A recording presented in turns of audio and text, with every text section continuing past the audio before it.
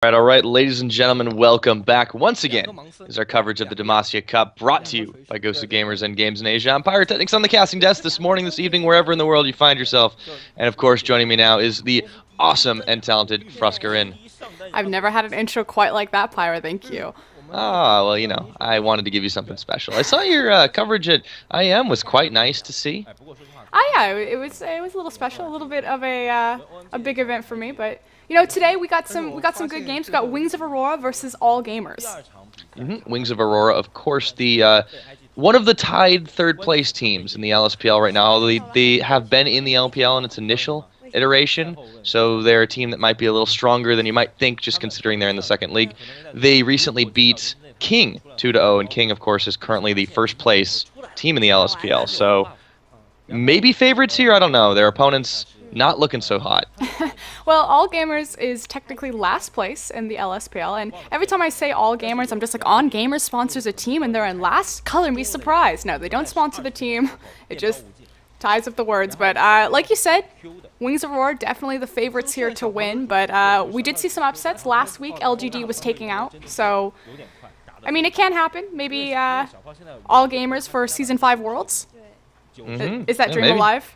It's a dream. Let's leave it at that. Right now, these teams actually haven't even faced each other yet in the LSPL too. So this is going to be an interesting matchup to highlight relative strengths and weaknesses. Now, being the underdogs too, All Gamers always have the option to pull out something completely nuts.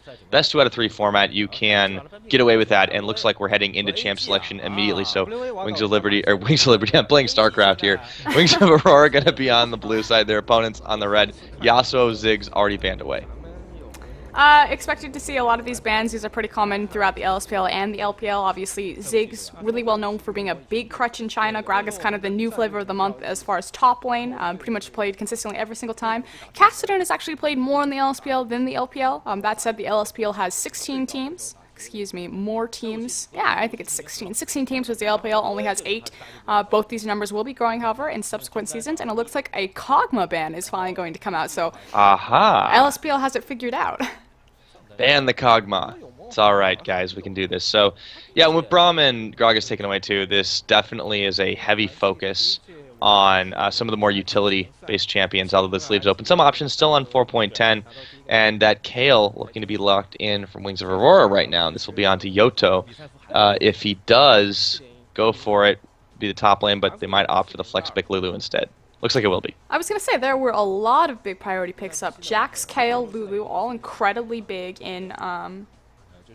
Everywhere in China, really. Yeah, pretty much everywhere in the world as well. Obviously, like you said, still on 4.10, so Kale and Jax have not received their nerfs yet. The thing is that Lulu could be top or mid. China plays a lot of Lulu top, and on the other side, All Gamers locking in the Thresh and the Lee Sin.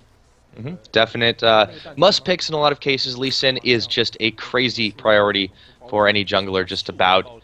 In the LPL and the LSPL, I mean, there are some varieties too, but he definitely is something that gets contested on a regular basis. And look at this, Wings of Aurora hovering over the Jax. Do you think this means we're going to see a Lulu mid? I prefer to see Lulu mid. I think you've had my speech many times, Pyra, about why I don't think Lulu top needs to be a thing anymore, especially in the double jungle meta, just because she doesn't do that very well. But with that Jax lock-in, especially with the Jarvan, that is not going to be the jungle Jax, although I don't know why they wouldn't lock in. You know what I'm saying? Like, why the jungler just wouldn't pick up his own champion right there. So maybe they're gonna pull, it's a 180. style points. I mean, it'd be an interesting thing to see Jarvan mid jungle Jax, but I don't think Wings of Aurora are that crazy. And being favored to win this game, I don't know why they wouldn't go something a little more standard. Anyways, a lot of bruiser heavy composition on that side. Meanwhile, on the other side, All Gamers is looking for the Syndra and Lucian pickup, and they will get it. So the Lifesteal bot lane, it's gonna happen. Lifesteal bot lane, also the Syndra in the mid lane is a big pickup for China. That said, I have to question, Kelsey spoke previously about the power of red side and how counterpicking is really important in Chinese League of Legends. I kind of feel like he just counterpicked himself. You don't normally pick a high burst assassin. Yes, Syndra does have the highest burst damage in the game as far as any mage, but you just pick that into a Lulu, which is well known for being the direct counter to any sort of assassins, just because if you go all in on her, she's just going to wild growth herself. But a Lissandra hover. This could very well be a top double AP comp. However, normally you think of Lissandra as going in the top in that situation, but This might be the crazy thing we were thinking about if they send wherever the Lulu is. Send the Lissandra all in. Counters poke, right? That would be a lot of fun. That said, neither Syndra or Lissandra are going to be able to stop Jax. Yep, Not very likely. That's the period on that point right there. I kind of feel like all gamers got outpicked, especially running a double AP comp. The fact that they're 80 carry. Lucian, yes, he's considered very strong again, 4.10, so he's not the 40% CDR Lucian quite yet, but still relatively powerful. He's not a hyper carry. He's not Twitch, he's not Kog'Maw, he's not Tristana, which we're seeing on the other side, who has like an abundance of AD damage that's going to scale out of control. He's an AD caster. He does a little bit of mixed damage too, so that's pretty awkward when you see a double AP comp. Typically, you run more of a hyper carry, or you at least have to get your AD coming from somewhere else. Yes, they do have Lee Sin in the jungle, but I don't know. I kind of feel like this it was a little bit of a wonky picks and bans phase, but we'll see if it works out for them. A little bit background, though, about the Demacia Cup. I feel like we need to cover this every single time. The important thing about the Demacia Cup, this is the second time that it's run. The first time, it only had 8 teams. This time around, it has something like 30, I think it's 28 teams. Yeah, roughly the entirety of the LPL, and the LSPL, and then a couple of other, I think, wildcard teams, yeah? Yeah, the TGA Grand Prix team. So the important is the context of which it's bringing down the LPL players to play with the LSPL players. So you get a mix of everyone. It's kind of, there's no circuit points, there's no invitations to world qualifiers up for grabs. It's literally just a cash prize, and it's quite a big cash prize. I think first place gets $115,000. So, yeah, of course, that's in American, but yeah, that's not an insignificant sum of money to win. Well, you just had EDG and World Elite play yesterday. Was it yesterday? It's been so long. Play at the Intel. Some hourly period. Yes. I know that one tournament. They just played the other day for the Intel Extreme Masters for only $5,000. So in context, the Demacia Cup versus that. And speaking of the Demacia Cup, we're getting started with today's round once again. It is Wings of Aurora taking on All Gamers, and here they are on Summoner's Rift. Best of 3 format, actually, so we could see as many as 3 games tonight. However, Wings of Aurora, big favorites coming in just considering where they are in the standings. However, these two teams, once again, yet to face off against each other. We'll see how they do. And like you said, I don't know, did we mention yet that the winner of this game has to face OMG in the next... We don't want to talk about that. We don't want to kill their hope just yet. Actually, the upsets have happened, so this is not exactly completely unheard of. You saw LGD actually got knocked out, I believe, by RM the other day. Yes. So, LPL teams can get beaten. Lends a little credence that, oh, whoa, Sentry getting hooked up right now, and they're going for him. Cat and DDG. Okay, all right, back away from that one. That's gonna be an early back. Meanwhile, buff switching is happening at this moment, but it's still a minute before they'll actually spawn, so nothing to worry about right now. They're just looking for the deep catch. I don't think they're going to get it. That is a dangerous jungle to wander into. I feel like we're going to see a lane swap, just because... Again, Lifesteal lane has a lot of kill lane potential there. Not that Tristana isn't strong level 2, but typically you want to bypass Tristana's weak early lane phase, get her into late game where she's strong. Leona, big pickup for China in general, not just Wings of Aurora. Obviously, we like to see the roam Leona support, so I expect to see that. Although, for a second I thought Leona was going to face check into that. I was like, whoa, where are you going? But yeah, definitely with the teams focusing around the red buffs, it looks to be a 2v1 lane swap. So we'll see how the top laners actually deal with this. And if this does go down with the 2v1 situation, you've got Yoto going to be able to try and sustain against Flurry and DGG. Shouldn't have too much trouble. DGG is not known as, I don't want to say he's not a terrible support, but definitely makes some questionable decisions. I think we used the word potato several times in kind of the background of these Let's not be mean now, Frost. Anyways. It is going to be the lane swap, so we've got Sentry and Dream up on the top side initiating that one, and that means Zhao will have to hold out, trying to stop the inevitable red buff steal. Not really sure why, kind of hard to take that one away from Leva and Yoto, and that means there will be a little bit of a jungle buddy system going down, free push in the bot side for the time being. And this is the issue with AP top lanes and why I dislike the AP Lulu, of course, or excuse me, the top Lulu. Of course, Lulu is this time around in the mid lane. Lissandra up there, she doesn't really have any tools to jungle effectively. Yeah, jungle Lissandra exists on 3v3, but she needs to take some time to catch up to Lee Sin. It's not like a Shyvana or Trundle, that jungle speed there. I will say that the one thing that she does have is she's really hard to tower dive. Even at low levels, just because she gets her little Frost Claw, is able to cover some great ground with that. A little bit safer when she finally does get down into this 2v1. Yeah, Lissandra is an interesting champion, has been picked up in a number of situations, but definitely seems to be a very specific use champion. We'll see if All Gamers has something interesting in their pocket. I've not actually seen Zhao play before, so not entirely certain if that isn't just something a little more comfortable for him.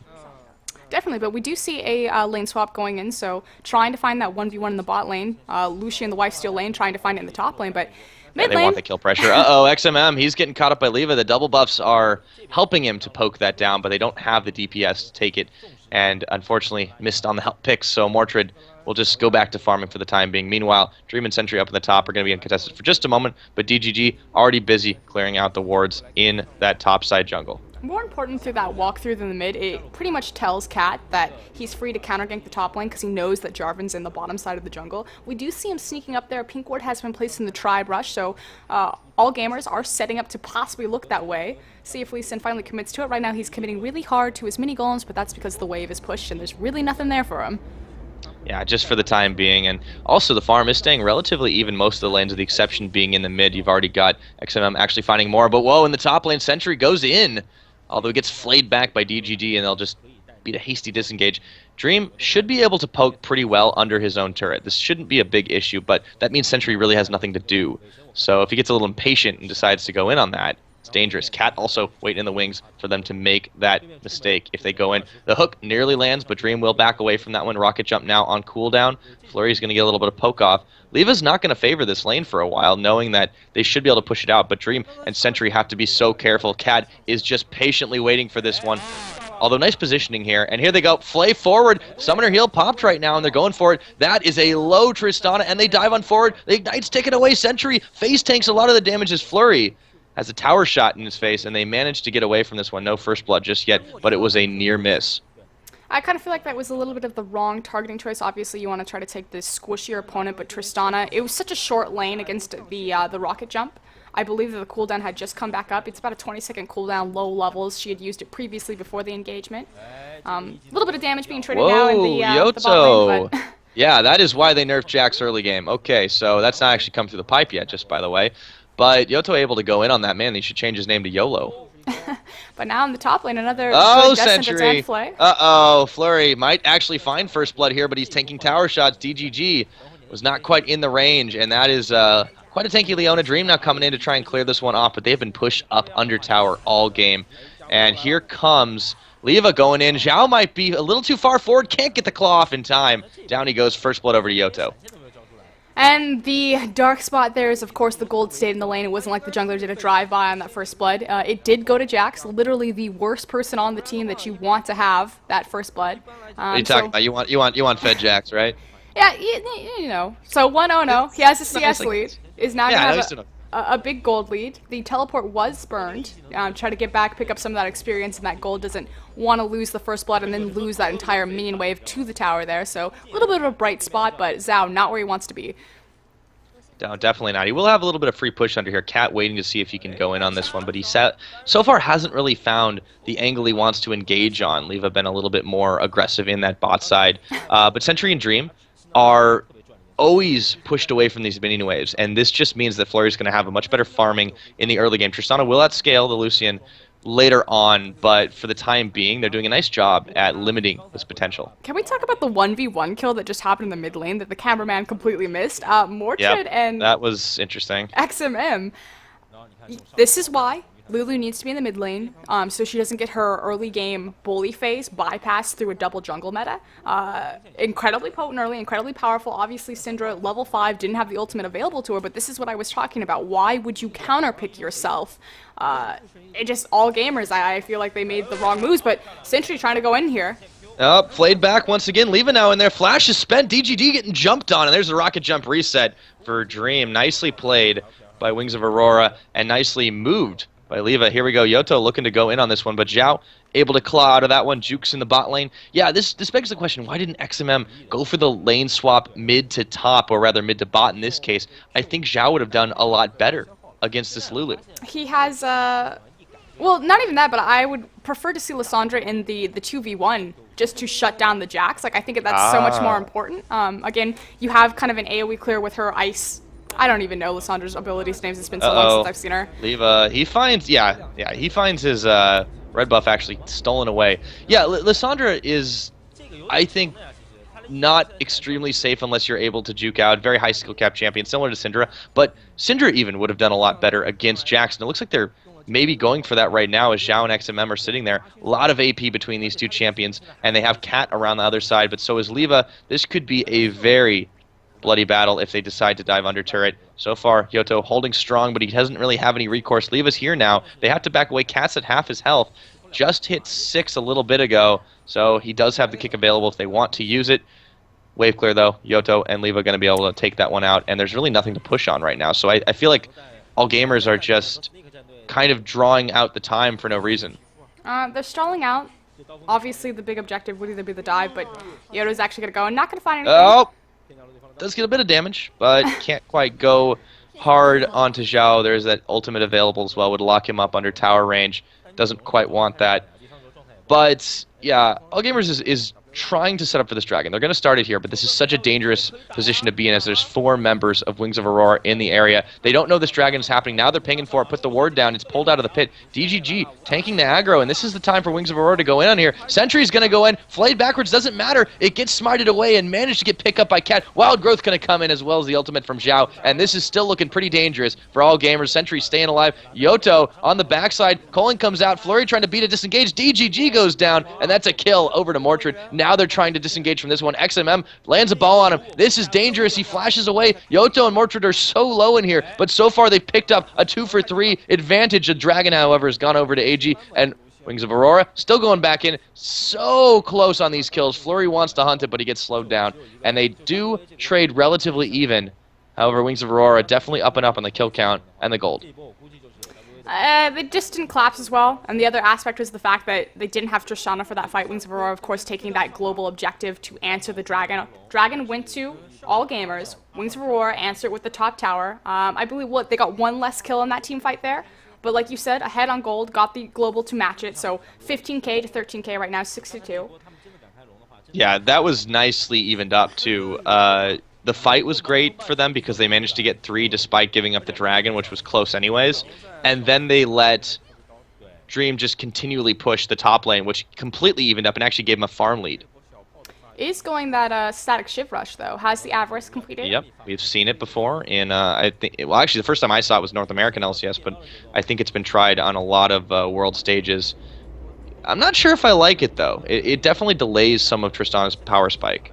It's actually supposed to speed it up just because you think of how quickly Tristana already pushes waves. If you add a Shiv to that, she's going to push waves even faster than the Avarice Blade with kind of the gold that it gives as far as clearing minions. It's going to be an issue as if she completes the Shiv or she's just going to sit on the Avarice Blade and then try to go more so the BF route or even the Bork route. A lot of different options, but that part makes sense. Whoa, they're looking for this dive.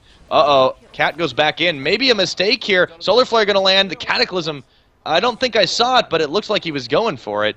Didn't look like it. Looks like they do take the tower out and the dive complete. Not sure what Cat was thinking on that one. A little too far forward, overzealous, that's about it. But I should start to see, or we should start to see Dream and Sentry rotate their way bottom, pick up that last standing first tier tower. Yeah, they're really roaming together quite well. All Gamers has to be careful not to get caught out of position here. They do have a significantly strong team in the AP side come the late game. However, they're on kind of a ticking timer for their AD damage. So if they want to take fights and picks, they have to group up and make sure they can catch members of Wings of Aurora out of position, not getting the opportunity for Mortred actually looking for the chase now. Very aggressive poke kind of guerrilla warfare that's been going on in this jungles. All Gamers composition is much more suited to a pick composition. You know, you have Death Sentence, you have Syndra, so you have a big execute ability, whereas on the side of Wings of Aurora, you don't really have any upfront burst damage. Lulu will start to do good chunks of damage, but she's never going to completely 100 to 0 someone. If a Lulu 100 to 0 you, something went terribly wrong. Yeah, that is likely not going to happen, especially in the current state, although Lulu has picked up a majority of the kills right now for Wings of Aurora, sitting on 5-0-0, has the Athenes and Holy Grail. This is fairly scary Yordle in the mid lane, actually. With the double buffs, too. It's that red buff. That's terrifying. But like I said, that is big. We now see the 2v2 in the bot lane. Flurry has to be careful here. Dream does have a level advantage. Is actually still down into CS, which is to be expected. It's very difficult to CS with Tristana due to the explosive shot. Wow, look at that damage. Okay. Oh man, Mortrid. Oh, okay, so Cat, realizing that that is not the most safe place to be in the jungle right now, says, okay, tag your XMM, and they have to deal with that because this is such a heavy sustained comp from Wings of Aurora. It's only going to get better and better the longer the game goes on. XMM getting caught up, has to get his stun away. Mortrid still on the chase with the slow, burning the flash of XMM now, and Cat says, all right, you couldn't do it either? Okay, this is a problem. The bigger problem is the level disadvantage. Mortrid level 10 to that level 8 on that Syndra. Of course, level 9 is going to be key for Syndra due to her passive. It's level 9, 11, and 16? Yeah, that's pretty big, to be honest. Yeah, it'll help put a dent, but again, I cannot emphasize this enough. This guy literally counterpicked himself. You know what? I'll play Syndra. I'll play the Big Burst Assassin into the Wild Growth. We'll see how this goes. And right now, 10 to 8. That's how it's going. Yeah, not working so well for all gamers in game number 1. Might have to rethink this come the next pick ban phase, regardless of the result of this game. But so far, Wings of Aurora definitely muscling through and showing that they mean business in the Demacia Cup. 2 towers to none at 14 minutes in. Dragon due to come up in another minute. And they do have the map control for the time being. As long as Mortrid is out on the map, all gamers is very scared to move. Well, they also have the map control just because they have more towers up. And so obviously when your first tier tower is down, the vision is going to be passively in your favor due to the fact that the minions will be able to go deeper. Until you get a tower down, the minions should always be pushed to that side. Obviously, Jax in the top lane doing a very good job of freezing the wave for himself, making sure that Lysandra is denied even more gold and farm. Look at that, 113 to 75 right now in the top lane. Well, they're just waiting for Jax to get up to that level where he's extremely scary. He should get Blade of the Rune King relatively soon, just because he's been able to free farm most of this. Whoa, Cat, DGG, and Flurry all hanging out near the Dragon Pit. It's going to come up pretty soon. However, there is a teleport available for Yoto. Should he want to come in on this one, should do that pretty soon, but all gamers looking to contest this one. Dream, Sentry, hanging around the side, back of the pit. Looks like this tower will be taken actually by Dream really quickly. Debating if he wants to do it because he doesn't know where all gamers is right now. The teleport is available, like you said, for Yoto to join this fight. I will say that I like, oh my god, Mortrid in the back. He's going to face check right into that, but he's still kiting out. They're wanting to chase this one, and he's actually sustaining through most of this. The ultimate's coming in. There's going to be Leva. Mortrid's still alive. I cannot believe he's gone through that, but the Ignite might take his health bar down. XMM is going to fall. Yoto already teleported in. Flurry now. He's in danger. DGG trying to take damage around the side, but they're not even interested in this thresh. Yoto going forward. He actually gets stunned out, so Zhao stays alive, but Cat has already fallen. Flurry's already down. They've only lost Leva for this, and Mortrid sustains through it. This is going to be a free dragon and probably a free tower for Wings of Aurora. I mean, obviously you cannot underestimate the fact that Lulu Wild Growth was pretty much the key playmaker for that team right there. Mortrid, I think he ate 2 ults, possibly 3 right there, and survived. Look at how much health he has left. Like, he just sustained it back. Obviously, Yoda with a nice teleport, Dream getting involved on the back half of that. They get not only one global objective, the mid-tier second tower, which is incredibly important, especially at 16 minutes in the game, but then they transition it into a dragon for free. I'm pretty sure that all gamers just lost the game right there. I can't. It's a bold statement. Well, but I can't yeah. speak to how quickly Wings of Aurora are going to kind of now, like, I use the phrase, put the pedal to the metal, like just not let up. They can snowball pretty hard from here. They do have a pretty good lead, and they have a great late game scaling comp. The issue that seemed to happen right there was all gamers weren't sure if they wanted to go in on Lulu when they had a 3-man advantage in numbers, totally separated from the side of the team, and they waited till Mortrid was almost out of range before diving in. Now they're going to give up a whole lot more. Now they will be able to muscle through this tower, but it's still so dangerous for them to push forward with the gold lead and everything so heavily in favor of Wings of Aurora. They did make a correct call there, recognizing that tower was free, but here comes the insect on Mortrid. Oh, he gets the kickback. That was nicely done. They're going to get the stun up. No wild growth available. Flurry will knock himself another kill and knock Mortrid back to Fountain. Mispositioning from the mid laner of Wings of Aurora, but still, massive lead remains. I will say this about Lee Sin players in China. This is legit the last place LSPL team considered. So you mean from that perspective, the worst team in the China semi-professional circuit, still able to play Lee Sin with mechanical aptitude that you don't normally, like when you're watching NA, when you're watching EU, people, you know, oh, he got the insect, oh, the mechanical aptitude of the Lee Sin, they're so good. The Chinese players, it cannot be understated, they are so good mechanically. It's not just about, you know, getting that strategy and these calls on board. Yeah, they're really they're really able to play any game of 1v1 they want. They can make those combos look incredibly easy. But, you know, then, as you see, they tried to start the Baron at 17 minutes. So, yeah, that was interesting. And just one or two people poking it to see if we can go something. Cat actually gets jumped in, and Buster shot it away. He's locked up and gone. I hope that ward was worth it. He only got 2 hits on it. Worth. That's a sweet 30 gold when he gets a hold of it. He's halfway there. That's 15 gold in the bank. He's investing.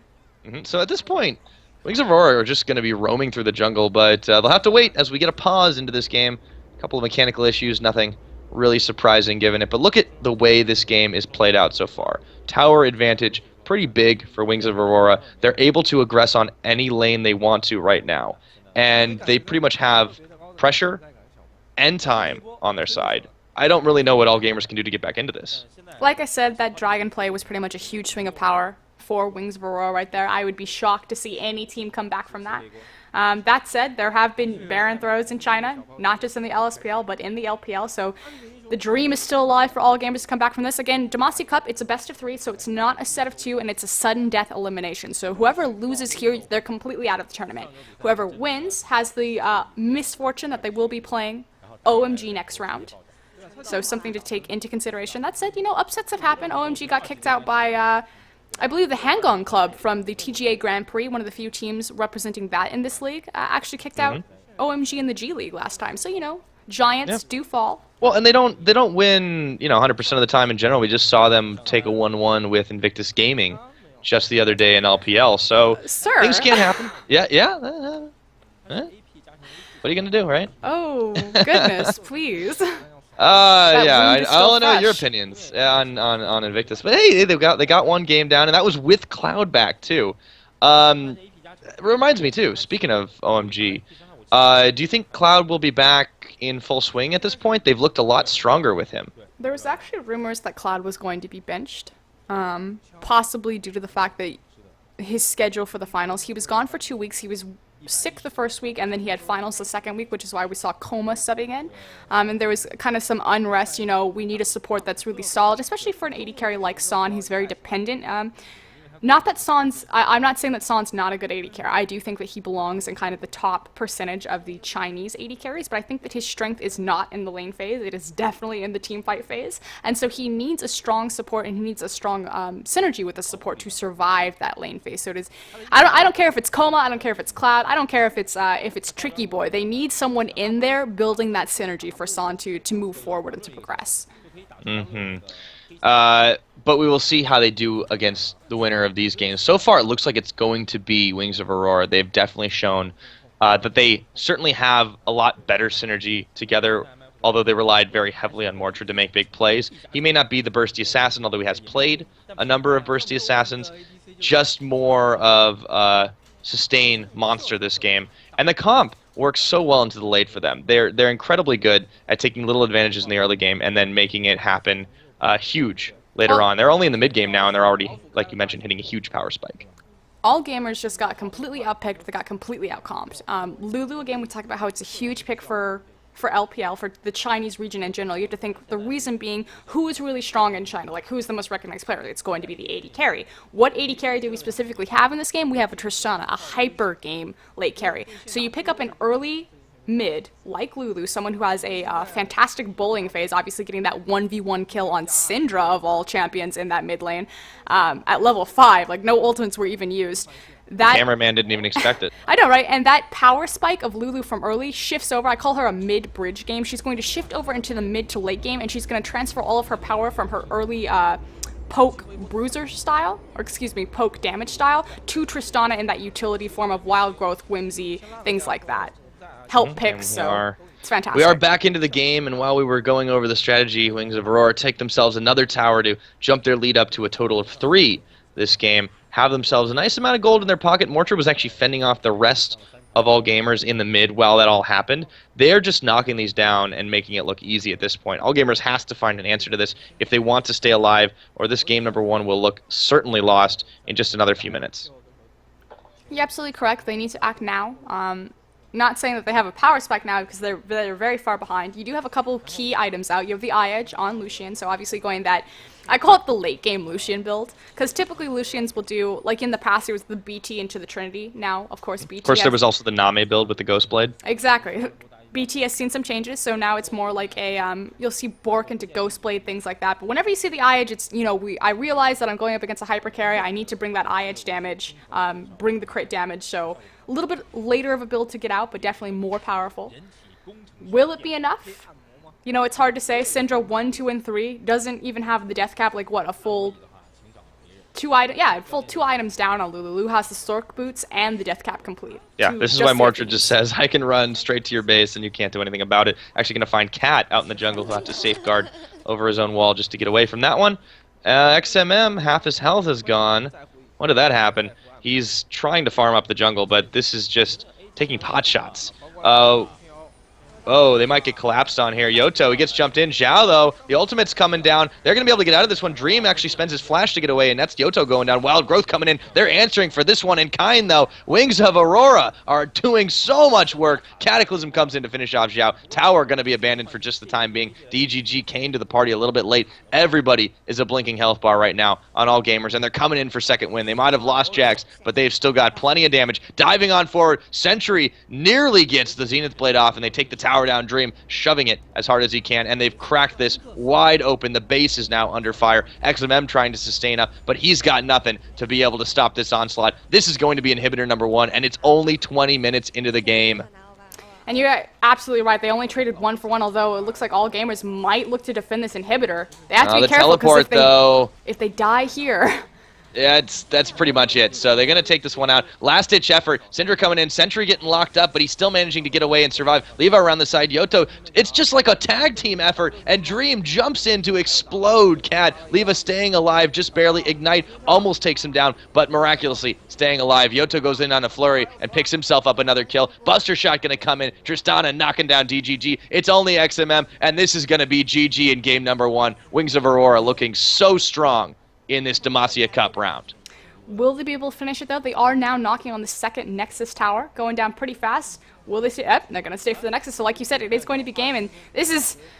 I said they cannot die here. It will be game over for them. They chose to fight over the inhibitor, which... questionable decisions. It's a questionable shot call. Literally, you can say, okay, we're just going to give the inhibitor. We're going to back off because obviously we can't defend it, and we can look to stall this game out, maybe look for a Baron throw, something like that. The fact that they chose to engage that pretty much one after the other, just high-fiving each other into sudden death. All gamers, weak picks and bans, weak... They even had the counter pick. They had the red side, which has a huge win % over the blue side in China because counter picking is so important to them. Lost on red side, got beat at 20 minutes. This looks like it's going to be an easy 2-0 sweep. Yeah, and you look at the way that the items ended up going, and just in general the rotations from all gamers, they barely were able to finish up some of even what you would argue starting items. Syndra never did get the death cap up. This is a really troubling start. Going for the Void Staff, too. Like, even more troubling. She was so far behind that she had to go for the Void. Not because she wanted to, but because she had to at that point to even dent any of those shields from Lulu. Yeah, it was not only did Lulu get pretty big, Mordred was able to frontline most of those fights, but then you had the hyper carry start to kick in. Tristana started scaling very well. Jax started scaling very well. The composition was just so much better out of Wings of Aurora, and they just made better decisions. All gamers tried to reverse the lane swap to get their fortunes in the 2v2 lane. Never really worked out. Cat favored that lane, and they barely were able to make picks on it. Just in general, much better decision making from Wings of Aurora, and that is why they took a handy game number 1, and it was only about 21 minutes in. So that will be the end of that first match. There is coming up after a brief break will be match number 2 between Wings of Aurora and All Gamers, and possibly game 3, but if it all continues as it did last time, not so sure about that one, Frosker. And guys, we will be back in just a few moments, so please enjoy the commercial break, and you're watching the Demacia Cup coverage on LPLEN.